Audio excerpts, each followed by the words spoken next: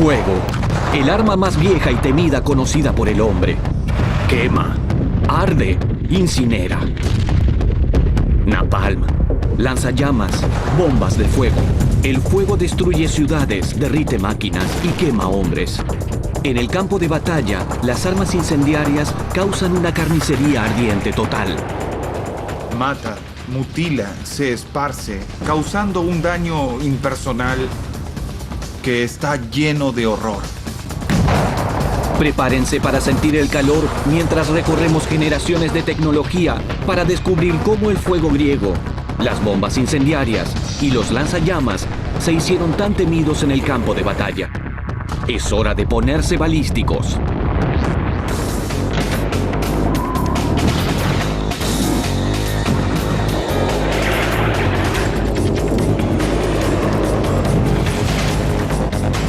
Armas y tácticas. Fuego. Por milenios, el arma más aterradora y destructiva en ataque y defensa. Pero ahora, en el siglo XXI, un salvavidas. La antorcha pirotécnica Dragón es el dispositivo antiminas terrestres supremo. A través del mundo, más de 324.000 kilómetros de tierra están actualmente infectados con minas, mutilando o matando a alguien cada 22 minutos. Pero ahora, conozcan al Dragón. Luchando fuego con fuego, esta bestia no detona minas para tornarlas seguras. A más de 2000 grados centígrados, causa un derretimiento total de la mina. El Dragón penetra hasta 6 milímetros de metal sin explosión. Los peligros para el personal de desarme se reducen ampliamente. ¡Fuego! Es seguro de usar, seguro de transportar, pero está muy caliente. Por fin, el fuego se usa en una buena causa, pero no siempre ha sido así. Ahora, Armas y Tácticas desentrañará su árbol familiar, recorriendo generaciones de tecnología para revelar cómo el fuego griego, los cócteles Molotov, los lanzallamas y las armas termobáricas comenzaron a quemar tanto, evolucionando en una generación de dispositivo incendiario humanitario, el Dragón.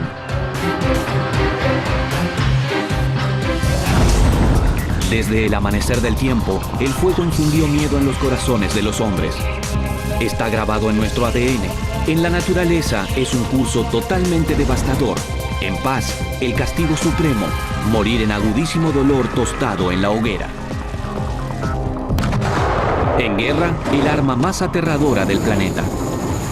Mata, mutila, se esparce, causando un daño impersonal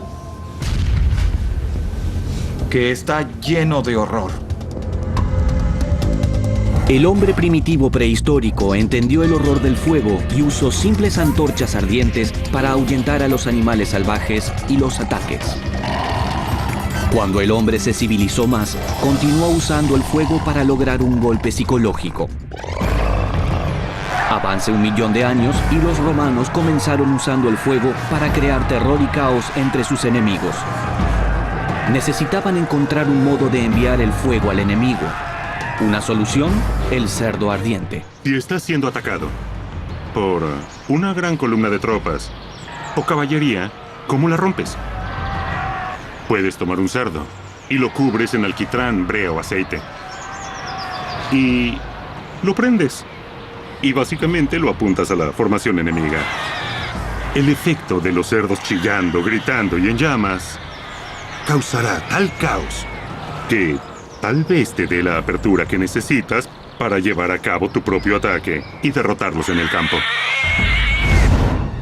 Avance al siglo XVI y el cerdo fue reemplazado por barcos, pero el fuego aún proporcionaba el factor miedo. Julio de 1588, los españoles lanzan su colosal flota de 130 naves a los ingleses. Aunque superados en número, los ingleses pudieron echar al enemigo usando fuego, incendiando sus propios barcos. La pequeña marina inglesa envía barcos de fuego entre la armada, naves que están cargadas de brea y otros artículos inflamables. Todos ellos son enviados entre los barcos españoles inflamables. ¿Qué hace la armada española? Se disemina. Se expone al mar abierto. Sale y es a su vez dispersada por el viento. El temor al fuego causó la caída española. El fuego parecía ser el arma psicológica suprema de terror en la guerra antigua. Pero avance 400 años hasta el siglo XX y siguió siendo un factor disuasivo igualmente aterrador en el campo de batalla moderno. Las llamas son muy visibles y hay una reacción muy visceral a las llamas.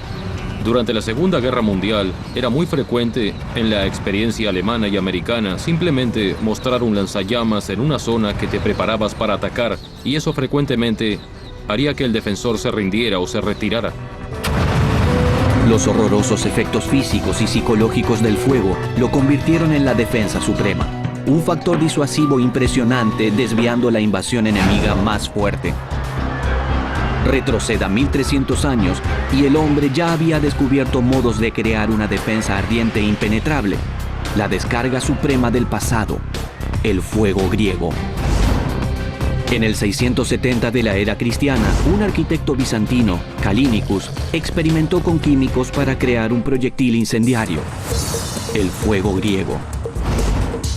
Los bizantinos usaron esta superarma para defender los muros de la ciudad de los atacantes. No solo efectiva en tierra, este misterioso compuesto también enciende fuegos en los mares. Lo genial sobre el fuego griego es que quemará en agua. Y eso es fantástico, pues significa que donde sea que te ataquen tus oponentes puedes desplegar esta arma. Y si imaginas que los barcos de ese periodo eran de madera, es absolutamente devastador. Los ingredientes precisos eran tan secretos que los expertos en armas actuales solo pueden especular sobre su composición verdadera. Todos coinciden en que contenía petróleo crudo. Sabemos que contiene dentro petróleo líquido en su forma cruda, no refinada, que encuentras en charcos en el desierto. ¿Cómo mezclas todo eso? ¿Qué más le agregas? No lo sabemos. Pero sí sabemos que fue increíblemente efectiva. Avance a la Segunda Guerra Mundial, 1940. Aunque los ingredientes del fuego griego se habían perdido, su leyenda sobrevivió. Mientras los nazis conquistaban Europa, los británicos tenían la invasión y experimentaron con fuego para defender el canal inglés. No había nada que se interpusiera entre los británicos y los nazis potencialmente invasores, salvo el canal inglés. Así que una de las maneras que existía de detener una flota invasora era prendiéndola a fuego. La idea fue que si podías bombear materiales inflamables en la fuerza alemana invasora, podrías destruir bastante de la fuerza para obligar a los alemanes a dar la vuelta. Los británicos exitosamente encendieron 13 kilómetros de costa, vertiendo combustible en el agua y prendiéndolo fuego. Pero al final, la invasión nunca llegó. Avance 20 años, Vietnam, y el fuego aún se usaba como una defensa aterradora. En las junglas de Vietnam, las tropas de Estados Unidos estaban bajo el constante ataque del Vietcong. Para defenderse, Estados Unidos contraatacó con llamas y gas. Desarrollada en el siglo XVI, la fugaz era una pequeña mina defensiva. Los ejércitos colocaban explosivos en fosos y los cubrían con piedras. Cuando la fugaz se detonaba, los atacantes eran salpicados por una granizada de rocas. 400 años más tarde, en Vietnam, la fugaz hacía llover fuego sobre sus atacantes. La fugaz voladora consistía en usar cualquier cosa que tuvieras a tu alcance. Podía tener cajas de pólvora de las latas, esos serían sus tubos. Los enterraban en la tierra, tomaban cualquier explosivo y lo ponían al fondo del tubo. Llenaban el tubo con combustible pesado y luego usaban una munición de fósforo blanco en el frente para encenderlo. Cuando activaban estos dispositivos, esparcían la llama sobre el área que trataban de defender. ¿Listos?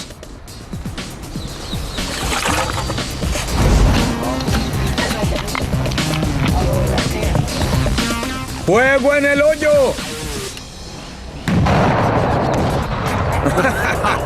¡Ah, muy bien! Bien hecho. Soy tan destructivo.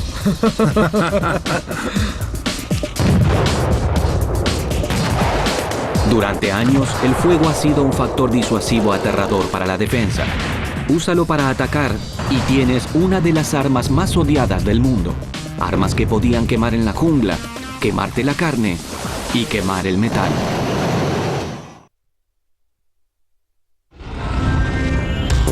Desde el amanecer de los tiempos, el hombre usó el fuego como una imponente arma de guerra, quemando muros, tostando a sus enemigos, derritiendo máquinas y chamuscando la tierra. Para crear el incendiario supremo, el hombre necesitaba desarrollar combustibles para alimentar sus armas. Llamas que se quemaran lo bastante lento para darle a su blanco, lo bastante duro para encenderlo y lo bastante caliente para destruirlo. Retroceda al siglo VII y el hombre ya había empezado a inventar materiales incendiarios. El fuego griego. Podía quemar lo suficiente como para destruir flotas de barcos. La misteriosa mezcla, basada en petróleo, podía esparcir fuego sobre vastas áreas y hasta quemar sobre el agua. Avance al siglo XX y el petróleo aún se usaba como un impresionante arrancador de fuego. En 1939, al comienzo de la Segunda Guerra Mundial, los rusos invadieron Finlandia. Cuando los tanques rusos avanzaban, los finlandeses fueron ampliamente superados en número. Armados con un arsenal limitado, necesitaban encontrar un modo sencillo de tomar represalias. El resultado, una bomba de petróleo crudo bautizada Cóctel Molotov, parodiando a su ministro de Relaciones Exteriores, Vyacheslav Molotov. El cóctel Molotov era un modo de crear un arma incendiaria simple y efectiva. Tomas una botella, la llenas con gasolina y atas un trapo empapado en petróleo en el exterior de la botella. La idea es que cuando golpeas la botella, la gasolina inflamable en el interior se esparce sobre el blanco. Y como el trapo en llamas ya se encuentra allí, todo estalla en llamas. Un capitán finlandés, Eero Kuitinen, creía que este dispositivo incendiario crudo inhabilitaría a los tanques rusos encendiendo su reserva de combustible. Pronto probó ser un devastador asesino de tanques. Si puedes colocar fuego en la parte posterior del vehículo blindado, donde está el compartimiento del motor y las entradas para ello, a menudo puedes inhabilitar el motor o infundir miedo en los tripulantes atrapados en el interior. Pero la simple bomba de petróleo tenía sus limitaciones. Uno de los primeros descubrimientos fue que los combustibles más finos se dispersaban y no se transportaban y se quemaban muy rápido. Y se descubrió que usar un combustible pesado que se adhiriera al blanco y se quemara por más tiempo era más efectivo. Agregando brea, el combustible se adhería a cualquier tanque. El cóctel improvisado probó que el combustible espeso llevaba la delantera. Y en 1943, un científico de Harvard, Louis Pfizer, creó una mezcla aún más efectiva, el napalm. Pfizer experimentó con agentes condensantes para gelatinizar la gasolina. Usando una mezcla de ácidos, creó el incendiario supremo. El napalm es un químico que toma una sustancia de gasolina inflamable y la torna viscosa y pegajosa para que se adhiera a las superficies, las caliente, las haga quemar y entonces cause daño.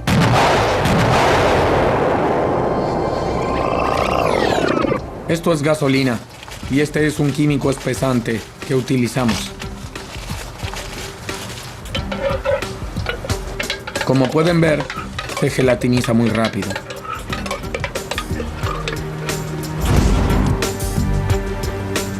La consistencia del napalm ya no es líquida, es más como un gel espesado. Y es escurridizo.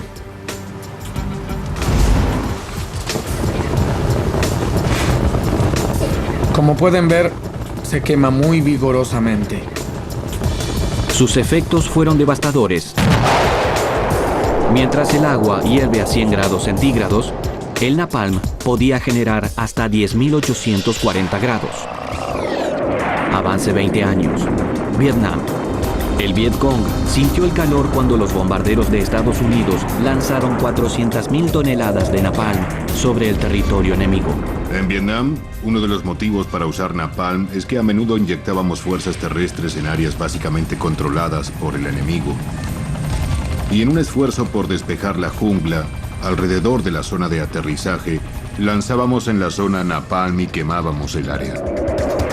El napalm podía incendiar la jungla, devastarla y quemar al enemigo. Pero el fuego no era solo efectivo como arma contra el bosque y la sangre. Retroceda 80 años y otro incendiario que podía quemar hasta el metal había sido desarrollado: la termita. Las armas incendiarias usan un químico como la termita, hecho de aluminio y óxido empolvorados. Son muy ardientes y son difíciles de apagar. Pueden atravesar el metal quemando. Pueden quemar vigas de acero.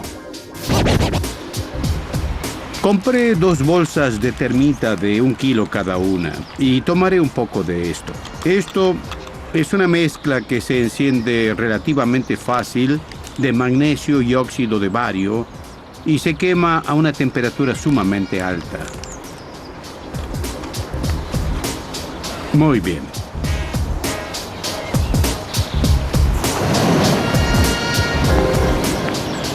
Ahí tenemos la llama verde del compuesto de ignición. Encendió la termita que pueden ver que ahora es amarilla brillante a blanca. La termita fue descubierta en 1893 por el científico alemán Hans Goldschmidt mientras trataba de encontrar modos de producir metales puros. Descubrió que si mezclas óxido ferroso con aluminio, produce una reacción intensamente caliente. Muy bien, aquí vemos el tambor de petróleo con un agujero muy evidentemente quemado en el metal. Veamos qué hay al fondo. ¡Oh! El hierro fundido tocó el fondo y quemó el camino hasta aquí. ¿Ven eso? Ahí es a donde llegó. Y definitivamente chamuscó la tierra inmediatamente abajo. Inicialmente, la termita se usaba industrialmente para soldar metal en las fábricas, pero en la Segunda Guerra Mundial se aprovechó su potencial bélico. Así nació la granada termita. Durante los desembarcos en Normandía, americanos y británicos usaron granadas de termita para inhabilitar tanques y artillería enemiga. Lanzadas a mano, las granadas de termita tornaban inútiles las máquinas. Pero lanzar fuego con la mano es peligroso. Bombas de petróleo, napalm, termita. Cuando el hombre desarrolló combustibles que eran totalmente ardientes, inventó armas para lanzarlos al blanco con precisión mortal. El resultado, una carnicería en llamas. Si te enfrentas a un gran nido alemán de ametralladoras, te pliegas y lanzas fuego en él hasta que todos estén muertos. Disparen a voluntad.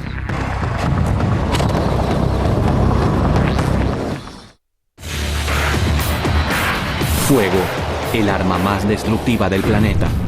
Por miles de años el hombre creó combustibles para alimentar el fuego e inventó armas imponentes para colocar llamas en los barcos con precisión devastadora. Las armas de fuego devoraron todo en su camino.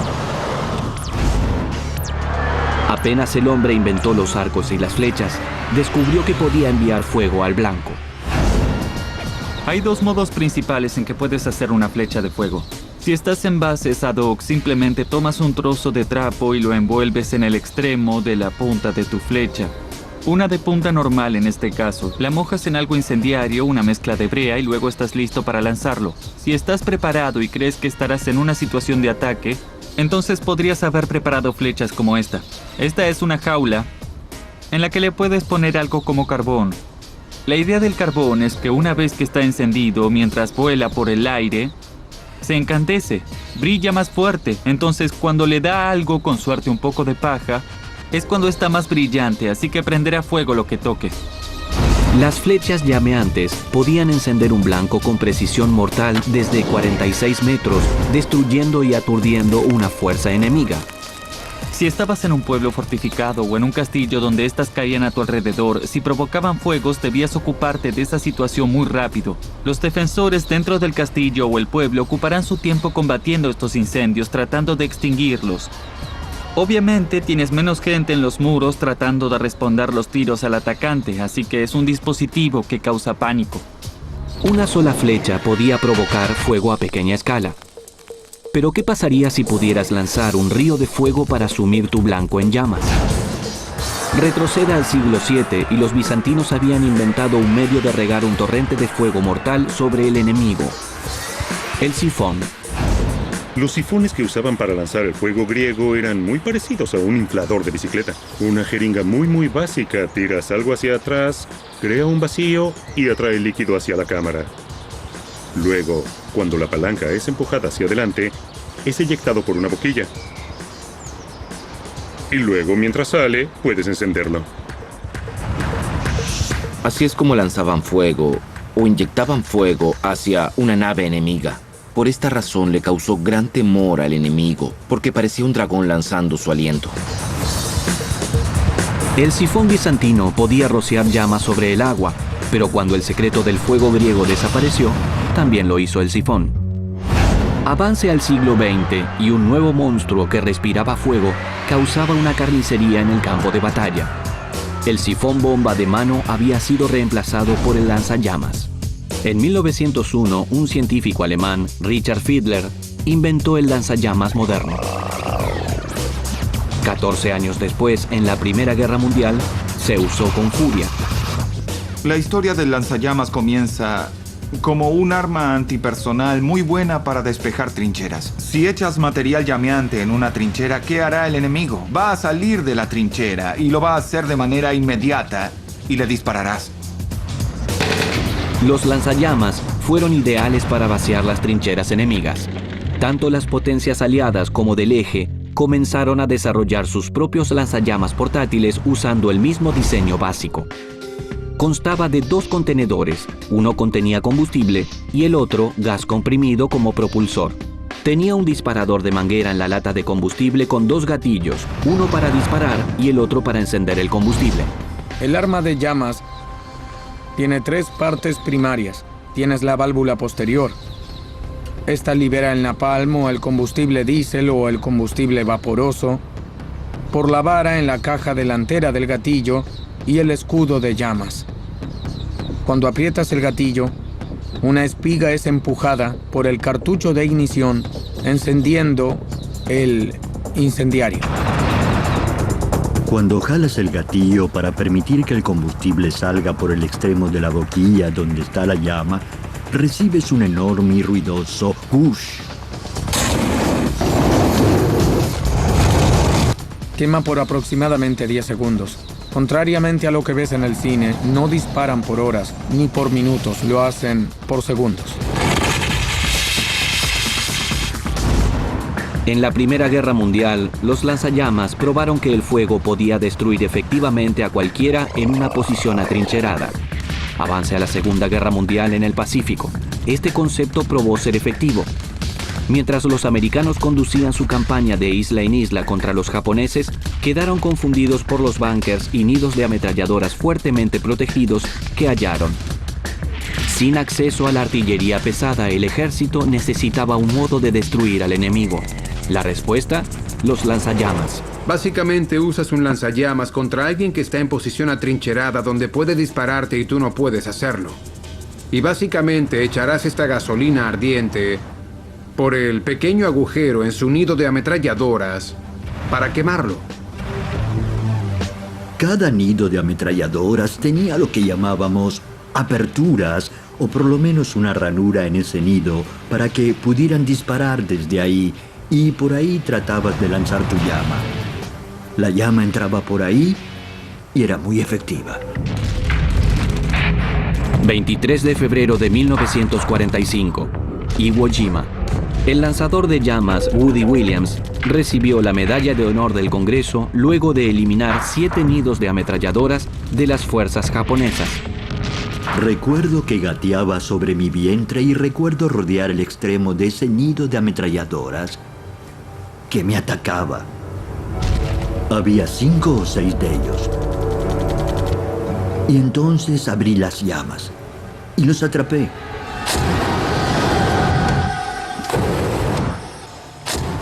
Fue como si pasaran de correr muy rápido a cámara muy lenta. Pero al deshacerme de esos 7 nidos, se abrió una brecha y pudimos avanzar. Los japoneses le temían mucho a la muerte por el lanzallamas. El lanzallamas portátil creó tremendo terror, pero el factor miedo fue su punto fuerte y su punto débil. Mientras el enemigo podía rendirse frente a un lanzallamas, también trataba de eliminarlo lo más rápido posible. El lanzallamas era un blanco primario y muy visible. El promedio de vida de un lanzallamas era 5 minutos. Porque era un blanco del que los japoneses querían deshacerse muy rápido. El lanzallamas tenía otras limitaciones. El lanzallamas es pesado. No transporta mucho combustible, así que solo quema unos segundos. Es una herramienta en el inventario. Es muy útil en las situaciones en que sirve. Bueno, yo creo que tiene distintas limitaciones. El pequeño lanzallamas portátil tiene un rango limitado de 18 metros que sumaba riesgo al operador. Los pequeños tanques también significaban que podían transportar solo pocos litros de combustible. Como solo tenías combustible para quemar unos segundos, debías ser muy preciso y estar muy cerca de tu blanco. En 1944, un hombre tuvo una respuesta a estos problemas, el general Percy Hobart. Hobart diseñó una serie de tanques especialistas para la invasión de Normandía, un tanque flotador, un tanque constructor de puentes y un cocodrilo lanzallamas. Los apodaron las tiras cómicas, pero nunca se sonreía con este cocodrilo. El cocodrilo tomó el tanque británico Churchill y reemplazó sus ametralladoras con un lanzallamas. Se colocó un tanque de combustible en un tráiler atrás para que la provisión de combustible se mantuviera separada de los operadores. El tanque cocodrilo, que era un tanque británico modificado, fue diseñado para enfrentar nidos de ametralladoras alemanas bien atrincherados en la costa de Normandía y lanzar grandes cantidades de material inflamable y prenderlos fuego. Si enfrentas un gran nido de ametralladoras alemanas, te pliegas en tu tanque cocodrilo y le lanzas fuego hasta que todos hayan muerto. La mordida del cocodrilo probó ser tan efectiva que el resto del mundo militar comenzó a construir tanques lanzallamas especializados, y los tanques 34 y Sherman entraron en el campo de batalla soplando fuego. Con cientos de litros de combustible a bordo, podían hacer llover fuego sobre los ríos, las líneas de árboles y en edificios. Disparaban a cualquier parte de 183 a 260 metros con un combustible pesado. Tenían mucha más capacidad. Nosotros llevábamos 17 litros en estos lanzallamas y ellos llevaban cientos de litros. Los monstruos mecanizados mejoraron vastamente el alcance y potencia destructiva del lanzallamas. Disparado desde un lanzallamas, el fuego podía quemar a un enemigo desde la cueva, trinchera o búnker más profundo, pero lanzados desde el aire podía aniquilar ciudades enteras. En la Segunda Guerra Mundial, el fuego se convirtió en un arma de destrucción masiva. Tokio, por ejemplo, una ciudad con gran parte de madera, se convirtió en su propia pira funeraria cuando fue arrasada por bombas incendiarias americanas.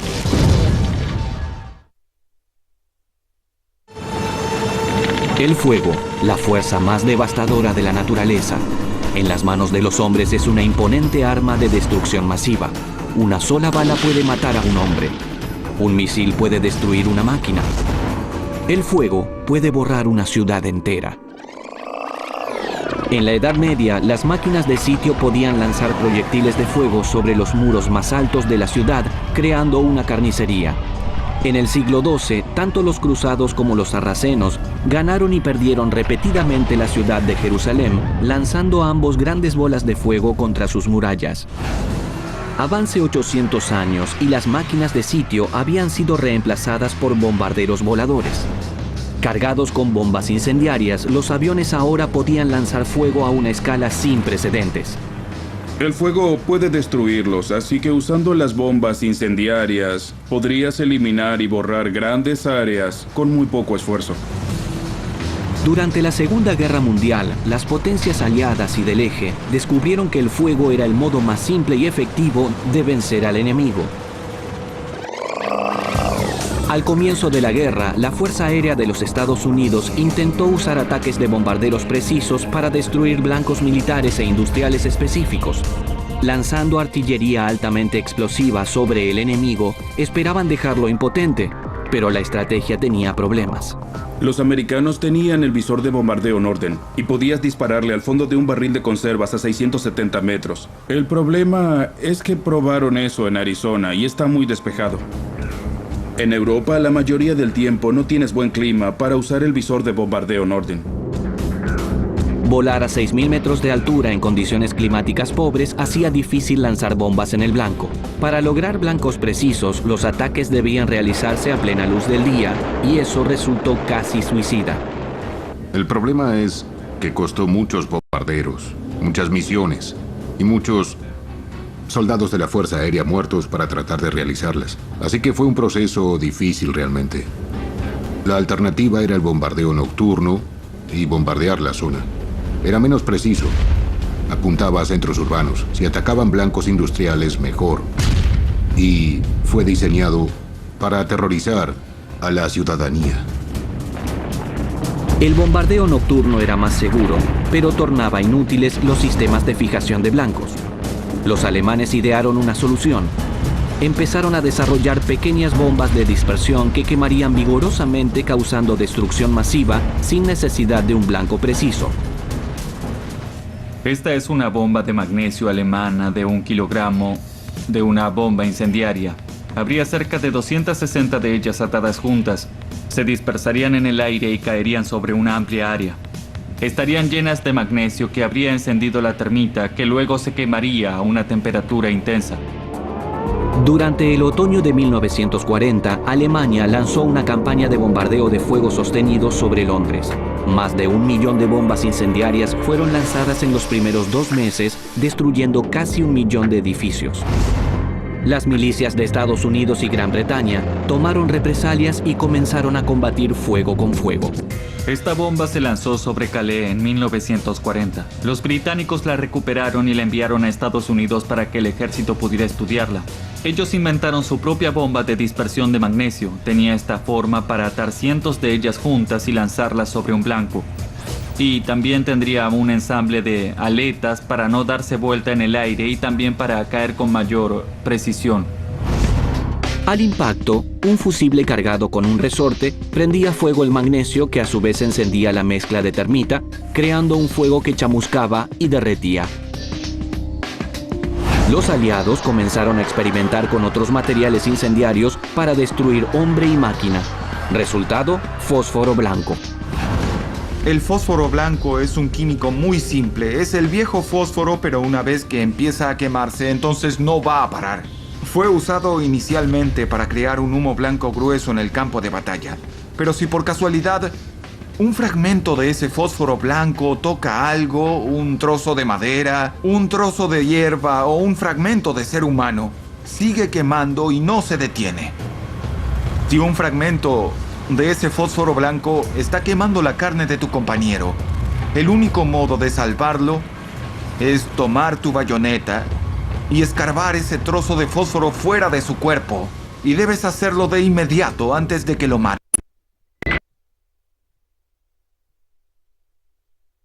Las fuerzas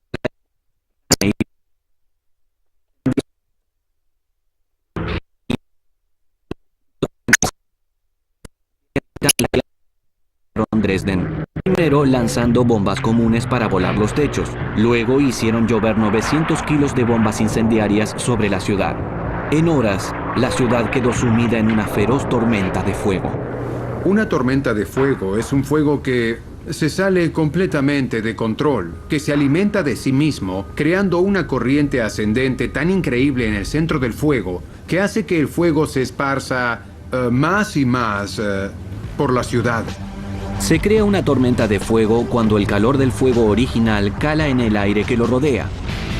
Esto crea una corriente ascendente y hace que los vientos entrantes cambien de dirección erráticamente, esparciendo el fuego y alimentando su fuerza.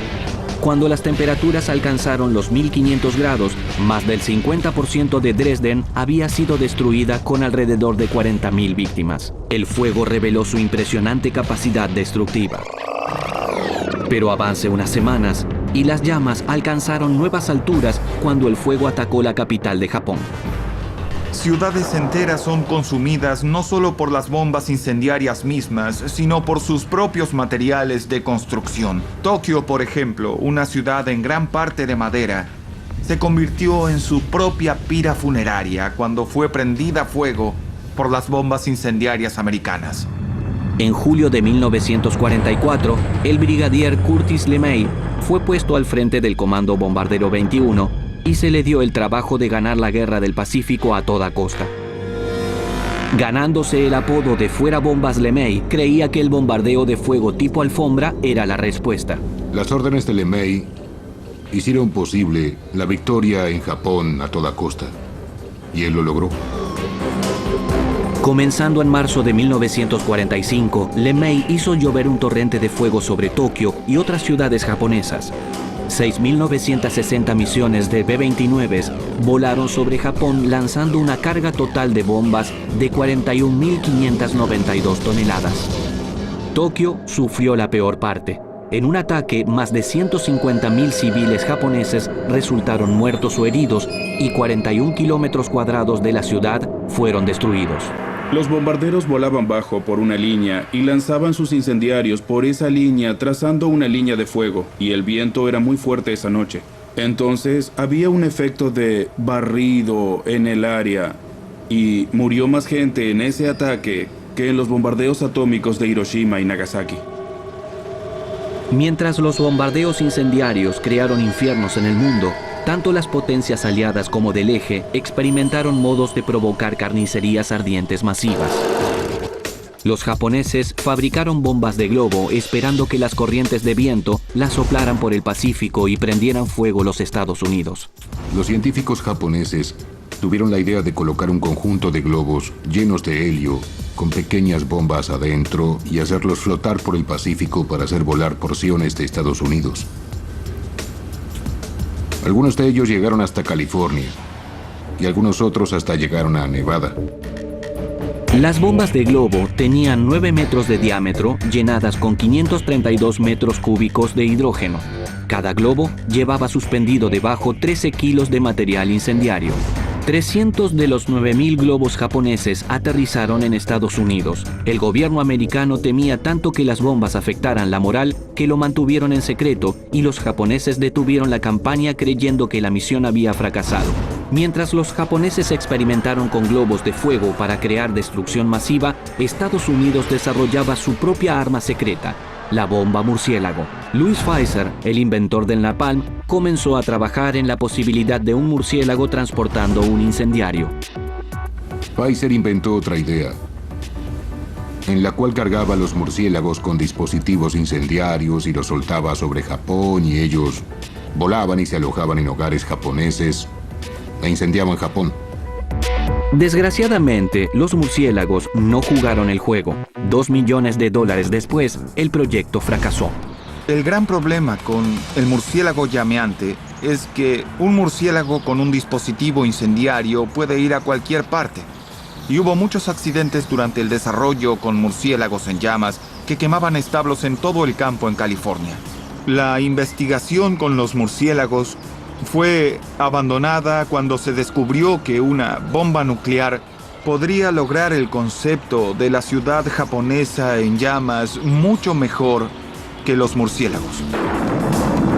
En el siglo XX, las armas incendiarias causaban una destrucción apocalíptica, reduciendo hombres, máquinas y ciudades enteras a ceniza y vapor. Los efectos de los lanzallamas, napalm y bombas de termita fueron aterradores, pero avance a 1970 y el fuego fue aún más fuerte. Se soltó la bomba termobárica y se convirtió en el incinerador humano supremo. Todos sentimos los oídos estallar cuando estamos en un avión o subimos o bajamos una montaña. Un arma termobárica crea el mismo efecto, solo que más grande, y en lugar de estallar el oído, todo tu cuerpo estalla.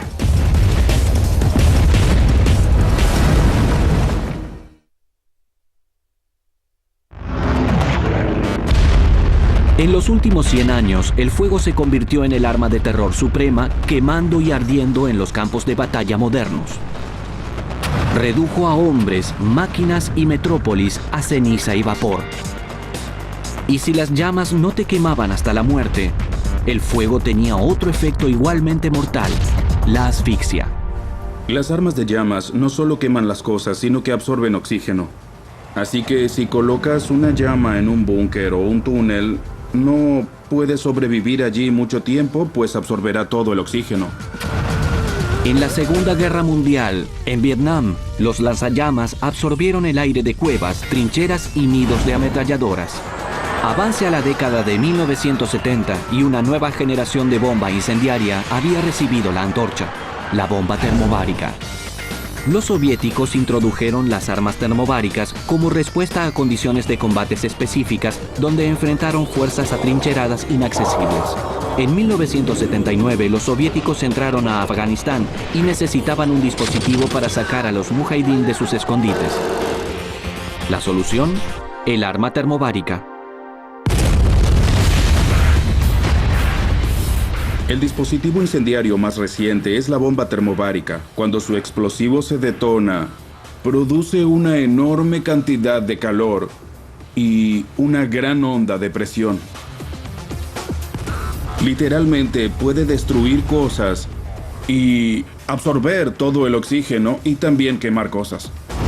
Las armas termobáricas funcionan expulsando una bruma explosiva de líquido volátil o pólvora metálica, usando una pequeña carga para detonar la mezcla. Segundos después, otra carga prende fuego la mezcla, causando una onda de descarga colosal que viaja a 3.000 metros por segundo. Crea un enorme aumento de presión, aplastando todo dentro de los 84 metros cúbicos del impacto. El cuerpo humano puede adaptarse a algunos cambios en la presión de aire. Todos sentimos los oídos estallar cuando estamos en un avión o subimos o bajamos una montaña. Un arma termobárica crea el mismo efecto, solo que mucho mayor. Y en vez de estallar el oído, estalla todo el cuerpo.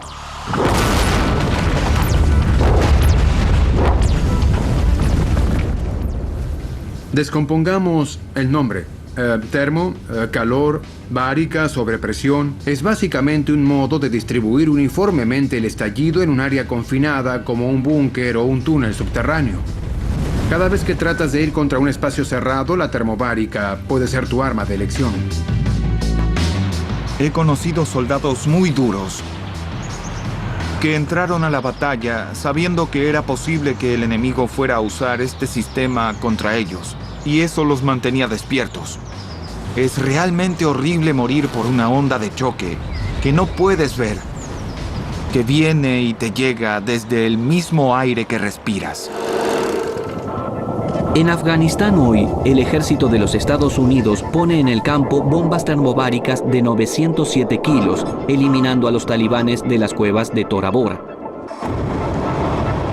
En los últimos 100 años, las bombas incendiarias se convirtieron en los presagios supremos de la muerte y aún son el arma de elección para atacar tropas atrincheradas.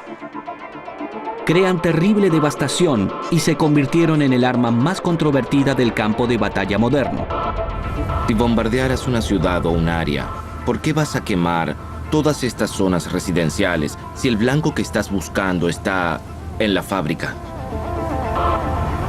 En tiempos de precisión exacta y armas inteligentes, la idea es poder evitar el daño colateral usando municiones de precisión y no incendiando un área entera.